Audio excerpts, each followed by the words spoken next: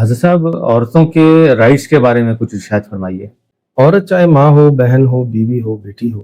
میں آپ سے یہ ایک سمپل سا سوال کر لیتا ہوں. آپ کے گھر میں چوکیدار کون ہے؟ بیگم.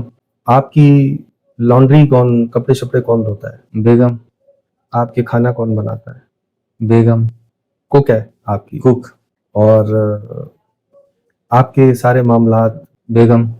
یہ ساری کی ساری جابز اگر آپ کسی کو دیں تو میرے خیال 2-3 لاکھ روپے. تو میں اکثر لوگوں کو، اپنے بچوں کو، اپنے مریدوں کو، عقیدت مندوں کو یہ کہتا ہوں کہ تمہارے گھر میں جو عورت ہے نا، بیوی ہے یا بہن ہے یا بیٹی ہے یا ماں ہے، جن کی شادیاں نہیں ہیں، ان کے لیے یہ سب کام ان کی بیوی کی بجائے ان کی ماں، ان کی بہن کرتی ہے.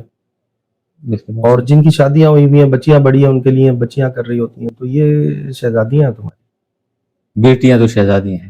بیٹیاں نہیں، وہ جو کسی کی بیٹی لائے ہیں نا آپ، وہ بھی شہزادی ہی ہے. وہ بھی شہزادی. لہٰذا اللہ رب العزت سے ڈرے ان کے معاملے میں، بہت زیادہ خوف کریں. سب سے زیادہ خوف میں تلقین کرتا ہوں کہ گھروں میں جو تمہاری بیویاں ہیں ان کے بارے میں سب سے زیادہ اللہ تعالیٰ سے ڈرو.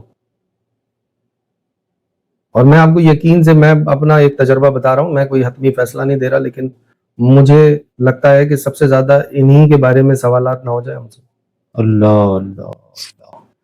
کیونکہ جس طرح کی نوکریاں، ڈیوٹیاں ہم اپنی عورتوں سے لے رہے ہیں، کھانا بنانا، بچے سنبھالنا، گھر داری کرنا، صاف صفائی کرنا، جھاڑو پوچھا کرنا، یہ ساری چیزیں کرنا، ہمارا خیال رکھنا، ہماری ہر چیز. آپ کسی دن ایک آزما لیں، آپ بیوی کو گھر بھیج دیں میں کہ 2-3 دن کے لیے رہنے کے لیے، آپ کو کچن میں سے برتن نہیں ملے گا، الماری میں سے کپڑا اپنا نہیں ملے گا. بالکل آپ کا اپنا کپڑا نہیں ملے گا. صحیح کہہ رہے ہیں. لیکن وہ ایک عورت ہر چیز کو. تو میں لوگوں سے کہتا ہوں، بچوں سے کہتا ہوں کہ یار یہ تمہارے گھر میں نا، یہ رانیاں ہیں، شہزادیاں ہیں، ان کا بڑا خیال کرو، ان کے ساتھ صلہ رحمی کرو، ان کی 2-4 غلطیوں کے پیچھے جو ہے نا، وہ ان کے پیچھے نہ پڑ جاؤ، معاف کرو.